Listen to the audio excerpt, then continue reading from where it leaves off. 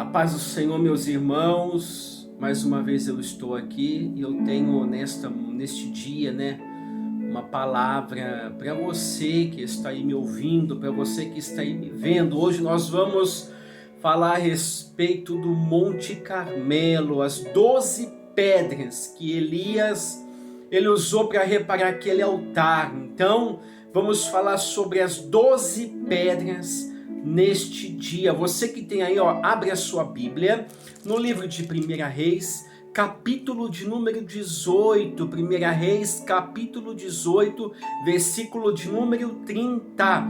Diz assim a palavra do Senhor: Então Elias disse a todo o povo: Chegai-vos a mim. E todo o povo se achegou a ele e reparou o altar do Senhor que estava quebrado. Então, aí o versículo de número 31 diz assim, E Elias tomou 12 pedras, conforme o número das tribos dos filhos de Jacó, ao qual veio a palavra do Senhor, dizendo: Israel será o teu nome. E com aquela pedra edificou o altar em um monte. E com aquelas pedras edificou o altar em nome do Senhor. Depois fez um rego em roda do altar, segundo a largura de 2 sementes. Irmãos, todos nós conhecemos, já ouvimos falar a respeito de Elias e a respeito deste fato que aconteceu com Elias e os profetas, de Baal, naquele Monte Carmelo. Elias, irmãos, quando ele viu a situação em que Israel estava, a situação que aquele povo estava vivendo, a Bíblia diz assim que ele era um homem que ele era zeloso. Quando você vai ver ali, 1 Reis, o capítulo 12 em diante, ali você vai ver que Elias era um homem zeloso. E Acabe ele estava fazendo o que era mal aos olhos do Senhor. Nós lemos ali em 1 Reis 18, ali você vai ver que Acabe, a Bíblia diz assim que se não bastasse ele continuar nos pecados que andava Jeroboão, ele ainda se casou com Jezabel, Jeroboão foi um homem que ele, quando reinou ali para o ano 931, ele fez com que parte daquele povo, parte de Israel que foi dividido, ficasse com ele, e ele levou o povo à idolatria, ele levou o povo a fazer aquilo que era mal aos olhos do Senhor. Quando você vai ler ali em 1 Reis, você vai ver que Jeroboão, ele pegou e imitou as festas que Israel fazia para rivalizar, que Judá fazia para rivalizar com Jerusalém. Jeroboão ele rivalizou com eles, fez as mesmas festas, edificou altares, imagens, e ele fazia o povo pecar contra o Senhor. E ele falava assim no seu coração, assim, se eu permitir que o povo ele vai adorar em Jerusalém, sabe o que vai acontecer? O coração deles vai se voltar novamente para eles, e eles vão acabar me matando, porque eles iam cair em si, que eles estavam em idolatria. Então o tempo passa, Jeroboão morre, o tempo vai passando, vem mais alguns reis, e quando Acabe ele reina, Acabe ele continua nesses pecados, só que ele faz pior, e ele casa com Jezabel. E por isso, por casar com Jezabel, Acabe, a Bíblia diz, quando você medita na palavra, ela diz assim que Acabe ele fez com que o Senhor ficasse irado às atitudes de Acabe. Então Elias ele vem, ele profetiza que não vai chover. Elias fala, segundo a minha palavra não chove. E dali, quando Elias profetiza isso, a palavra do Senhor vem até Elias, e o Senhor fala para ele, vai até o ribeiro de Querite e fica lá. Querite fica lá. Porque lá eu já tenho ordenado aos corvos que vai te sustentar, e lá você vai ter água para beber. O tempo passa, eu estou correndo para a gente ganhar tempo. O tempo passa, o que acontece? Elias, o ribeiro onde ele está se seca, o Senhor envia ele até uma viúva, e quando ele chega ali até aquela viúva ali, ele é alimentado ali por ela. Deus cuida do profeta Elias naquele lugar, e ele não passa necessidade. Elias ali está sendo cuidado. Elias foi cuidado por Deus quando ele profetizou que não ia chover. No ribeiro, os corvos vinham sustentar ele. O ribeiro seca, Elias é levado até a casa da viúva. A viúva ali cuida dele. E ali ele tem um respaldo do Senhor, porque Elias era um homem reto, um homem justo. Aqui eu já quero falar para você, que não é para você temer, não é para você ficar preocupado. Se você está andando nos caminhos do Senhor, está passando por algumas privações, fique tranquilo. Elias, quando ele profetizou, Elias não foi para um alto monte, para ficar em lugar de destaque, não. Elias, ele não foi junto com o povo festejar, não. Elias, ele foi para o ribeiro, ele foi sozinho. A vida do profeta é assim, a vida do profeta é uma vida que ela é respaldada por Deus. O profeta, ele é cuidado por Deus. Então, o que acontece? Elias, então, ali, ele é sustentado por ela. O tempo passa, o tempo de seca chega ao fim, 3 anos e meio, 3 anos e 6 meses ali. Elias, ele volta para se encontrar com Acabe. E naquele momento que Elias está ali, tem um homem chamado Obadias, que não é o Obadias do livro Obadias. Obadias era um mordomo de Acabe. Obadias, ele temia ao Senhor. Quando Jezabel começa a matar os profetas, Obadias pega esses profetas e esconde alguns dos profetas. Então Obadias temia ao Senhor. Elias se encontra com ele. Quando Elias se encontra com Obadias, Elias fala, fala para Acabe que eu quero falar com ele. Eles marcam um encontro no Monte Carmelo. Irmãos, Acabe, ele servia a Baal. Jezabel servia a Baal. Os profetas que estavam com eles, que também serviam a Baal, eles cultuavam no Monte Carmelo. O Monte Carmelo era uma espécie de santuário que era usado para cultuar as divindades. E naquele tempo lá, as divindades que eles cultuavam eram divindades que eram responsáveis na visão deles, responsáveis pelas condições climáticas daquele lugar. Eles cultuavam, eles faziam seus rituais para eles ter chuva, e Elias tinha profetizado que não ia chover. Elias então marca um encontro com eles ali naquele monte, e naquele monte ali, que era um monte usado por eles para cultuar suas divindades, Elias propõe um desafio para eles. Elias fala, vamos montar um altar, vocês montam o altar, faz todo o ritual, eu vou montar o altar, e o Deus que responder com fogo, esse Deus será o Senhor, esse Deus é o Senhor. Acabe aceita o desafio de Elias. Quando eles se encontram no monte, quando todo o povo se ajuntou, Elias fala, até quando vocês cocheareis entre 2 pensamentos? Se Baal é Deus, vocês servem. Se o Senhor é Deus, vocês servem. Até quando vocês vão ficar cocheando em 2 pensamentos? Então, naquele momento ali, quando os profetas de Baal, eles montam o altar, naquele momento quando os profetas começam a fazer os seus rituais, a Bíblia diz assim que eles passaram horas fazendo tudo aquilo e nenhum tipo de resposta vinha. E Elias, ele ficava zombando deles. Elias ficava zombando deles, porque Baal não respondia. Ele falou, talvez Baal esteja viajando, talvez ele esteja ocupado. E passa e chega a tarde. Elias então ele vai, e a Bíblia diz aqui no versículo 30, que Elias reparou o altar do Senhor que estava quebrado, o altar que foi quebrado lá atrás, perto do ano 931, quando Jeroboão ele fez com que o povo entrasse para a idolatria. Elias reparou o altar do Senhor que estava quebrado, e a Bíblia diz que Elias tomou as 12 pedras. Aqui vamos começar esta mensagem, este estudo. Nós sabemos que as 12 pedras, elas representam, as 12 tribos de Israel. Elias começa a montar esse altar.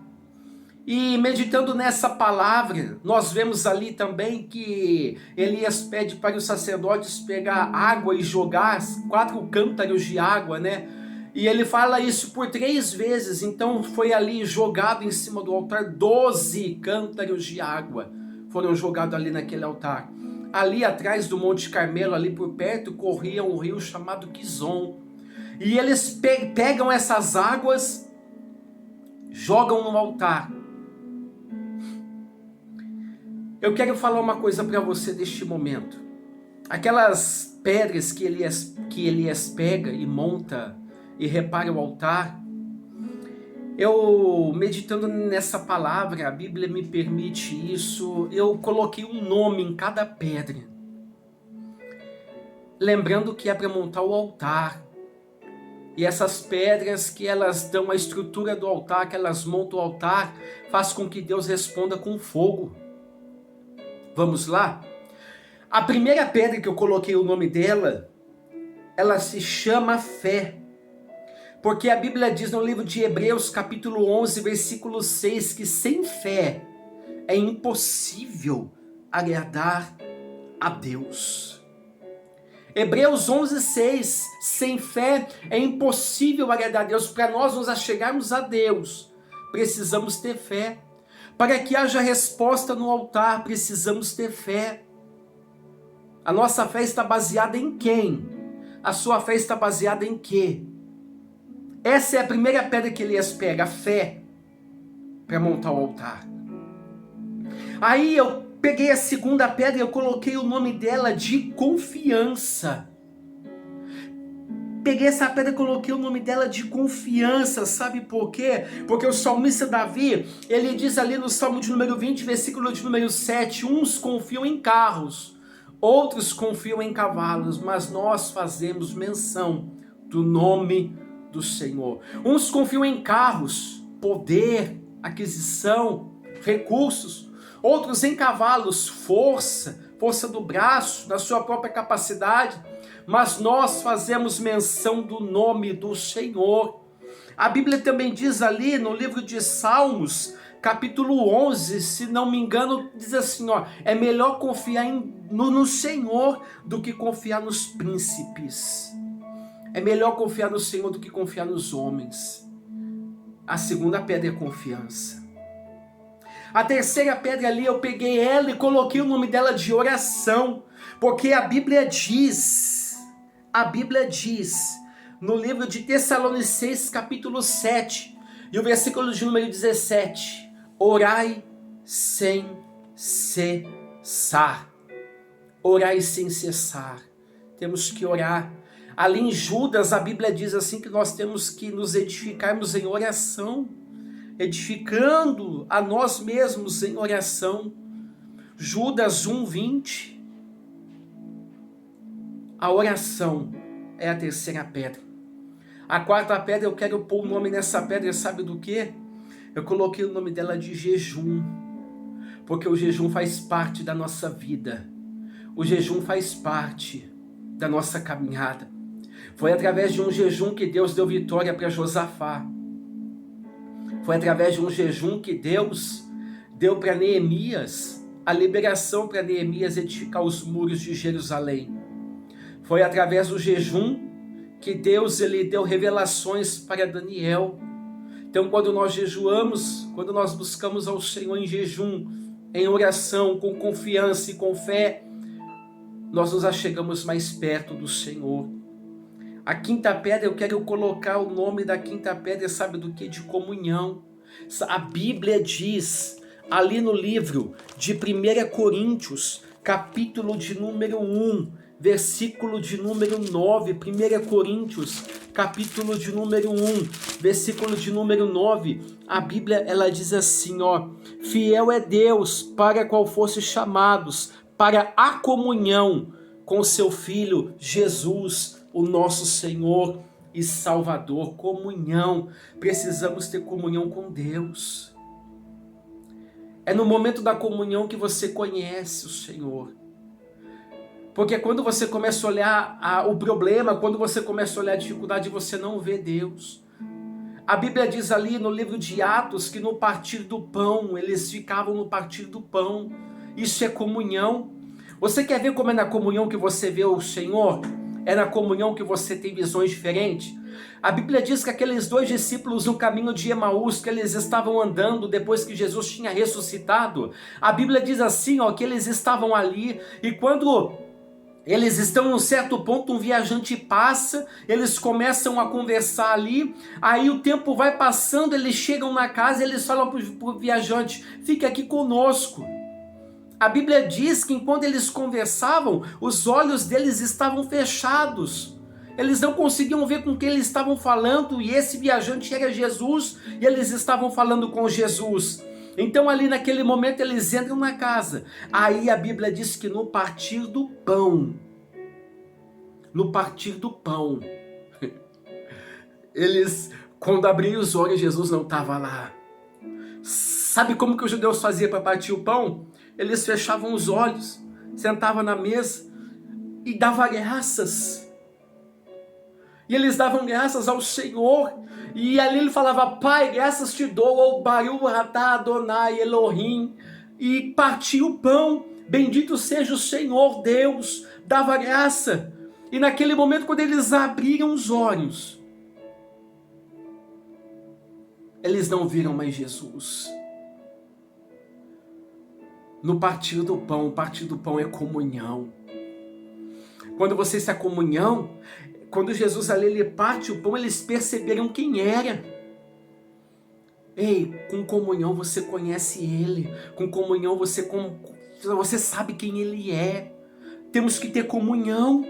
Elias está reparando o altar, estamos na palavra, Elias está reparando o altar. Essa é a quinta pedra que Elias pega. Aquele povo tinha deixado tudo isso e foram servir outros deuses.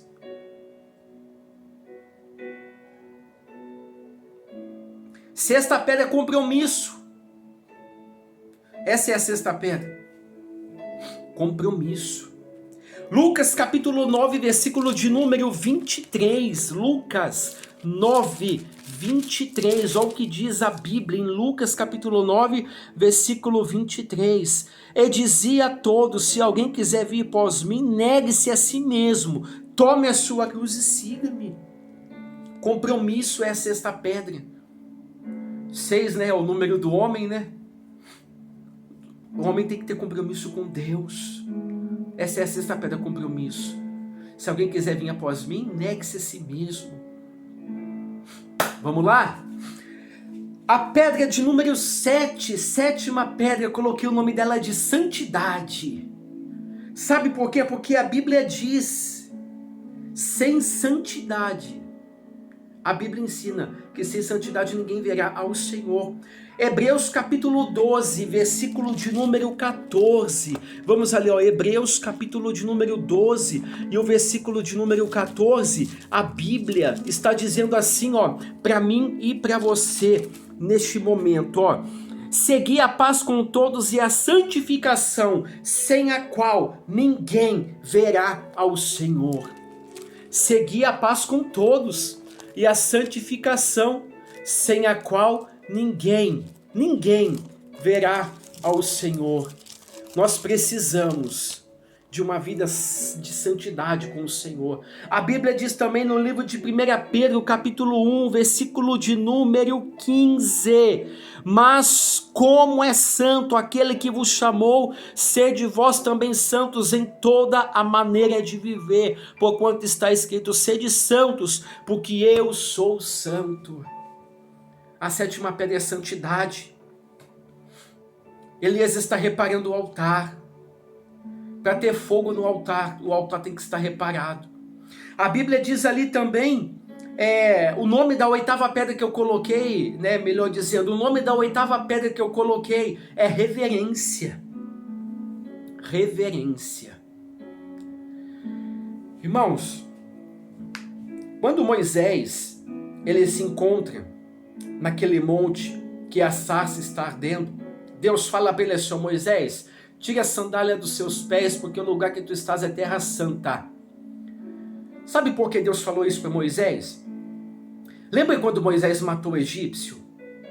Moisés mata o egípcio, ele muda suas roupas correndo e sai correndo. Ele corre, trocou as suas vestes, Só que o que Moisés esqueceu de trocar foi as sandálias, que ele mudou ali correndo. Você, quando muda a sua camisa, muda a sua roupa, ninguém olha para os seus pés, olha para a roupa. E Moisés, ele sai correndo ali, e quando num determinado ponto ali que ele vê aquela sarça, ele está com uma sandália egípcia no pé, e o Senhor fala para ele: tira a sandália dos seus pés, porque o lugar que tu estás é terra santa. Temos que estar com os nossos pés descalçados do Egito. Temos que calçar os nossos pés na preparação do Evangelho da Paz. Nós temos que ter reverência com o Senhor, temos que reverenciar Deus, respeitar Deus. Ele é soberano, Ele é poderoso, Ele é fiel. A 9ª pedra eu coloquei o nome dela de temor, porque o temor é o princípio da sabedoria. Quando você teme a Deus, você é sábio. Quando você teme a Deus, você anda com sabedoria. Quando você teme a Deus, você anda na verdade. Essa é a 9ª pedra, o temor. A 10ª pedra eu coloquei o nome dela de palavra, porque a palavra é vida. Pedro falou para Jesus assim: para onde iremos nós, se só o Senhor tem palavras de vida eterna? O salmista, ele diz ali, ó: lâmpada para os meus pés é a tua palavra e luz para o meu caminho. Meu caminho, está no singular, é um caminho. A palavra, ela te dá respaldo para o presente e para o futuro. Presente e futuro. É para aquilo que Deus olha. Deus não olha para o teu passado. É presente e futuro. Lâmpada para os meus pés, presente é a tua palavra. Meus pés, onde estou, e luz para o meu caminho, aonde eu vou prosseguir, futuro. A palavra, ela é essencial. A palavra não pode faltar o que for, mas a palavra não pode faltar. Palavra, Jesus é a palavra. A palavra é a verdade, Jesus é a verdade. A 11ª pedra eu coloquei o nome de convicção. Convicção é a 11ª pedra. Convicção, quando nós lemos a palavra do Senhor, ali no livro de 2 Timóteo, ali em 2 Timóteo capítulo de número 3, vamos abrir ali, ó, é rapidinho, 2 Timóteo capítulo de número 3, e o versículo de 2 Timóteo capítulo 3, versículo 14, tá assim, ó: tu, porém, permanece naquilo que aprendeste e daquilo que foste inteirado, sabendo de quem o tens aprendido. Convicção, a 11ª, hein? Convicção. Tu, porém, permanece naquilo que aprendeste e de que foste inteirado, sabendo de quem tens aprendido. Você tem convicção nisso? Você tem convicção? Nós temos que ter convicção de quem nós servimos. Nós temos que ter convicção daquilo que nós falamos, daquilo que nós fazemos. Essa é a 11ª pedra, convicção. Tu, porém, permanece naquilo que aprendeste. Tenha convicção daquilo que você aprendeu e permanece. Porque quando você faz isso, você anda confiante.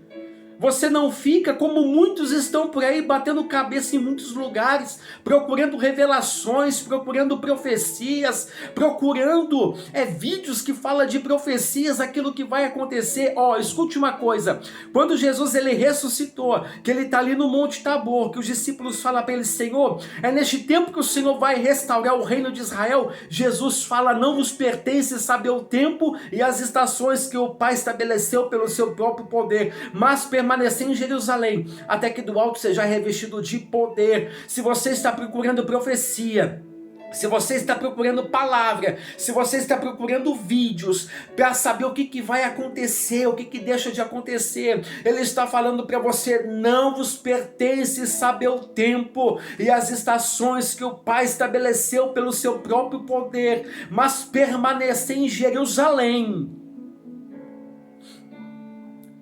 O amanhã pertence a Deus. O amanhã pertence a Deus. 12ª pedra, Elias pegou 12, 12ª pedra, eu coloquei o nome dela de azeite, unção, poder, porque sem azeite, azeite simboliza o Espírito Santo, o Espírito Santo nos fortalece, nos ajuda. Azeite era usado para fogo, para curas, para ungir. Azeite era usado para muitas coisas. Temos que ter azeite na nossa vida para nós termos a presença de Deus, a presença do Espírito Santo nas nossas vidas. E ali Elias, quando ele repara o altar, que ele joga aquela água e ele ora ao Senhor, Deus responde com o fogo. E a Bíblia diz: e o fogo consome tudo, consome lenha, consome pedra, o fogo lambe água, o fogo consome o altar. Tudo isso aqui que nós falamos, o fogo consumiu. A nossa fé é para Deus, a nossa convicção é para Deus, a nossa esperança é para Deus, o nosso azeite é para Deus, a nossa convicção é para Deus, o nosso jejum é para Deus, a nossa comunhão é para Deus, a nossa santidade é para Deus, a nossa reverência é para Deus, o nosso temor é para Deus. Então, para que se gloriar daquilo que nós fazemos? Para que se gloriar de uma alma que nós ganhamos? De uma mensagem que nós pregamos, de um louvor que nós pregamos? É tudo para Deus. O fogo consumiu tudo. Ele é o autor e consumador da nossa fé. Fé foi a primeira pedra. Ele é autor e consumador. Tudo que você faz para Deus. A sua oração é para Deus. Santifica a sua vida, mas santifica. E essa santificação é para Deus. Para que Deus responda com fogo e Ele consome tudo isso para Ele. Ele quer isso de nós. Ele quer isso. Levítico diz: e o fogo arderá continuamente sobre o altar e não se apagará. Está na hora de tirar a poeira do altar. Está na hora do altar voltar a ser um lugar de sacrifício. Melhor ainda, ao invés de um sacrifício, oferece para Deus um holocausto. Holocausto, a palavra holocausto significa queimar na totalidade. Foi o que aconteceu com o altar que Elias fez naquele Monte Carmelo para o Senhor. Tem até o Monte Carmelo aqui, ó. Esse altar, ele foi consumido por inteiro. Deus consumiu o altar inteiro. Meu irmão, minha irmã, faz cair fogo nesse altar. Edifica ele. Edifica novamente esse altar. Você vai ver Deus responder com fogo. Amém? Que Deus abençoe a sua vida. Que Deus abençoe a sua casa. Que Deus abençoe a sua família. Receba essa palavra em nome de Jesus. Deus é contigo. Não desista. Faz esse altar pegar fogo. Amém? A paz do Senhor.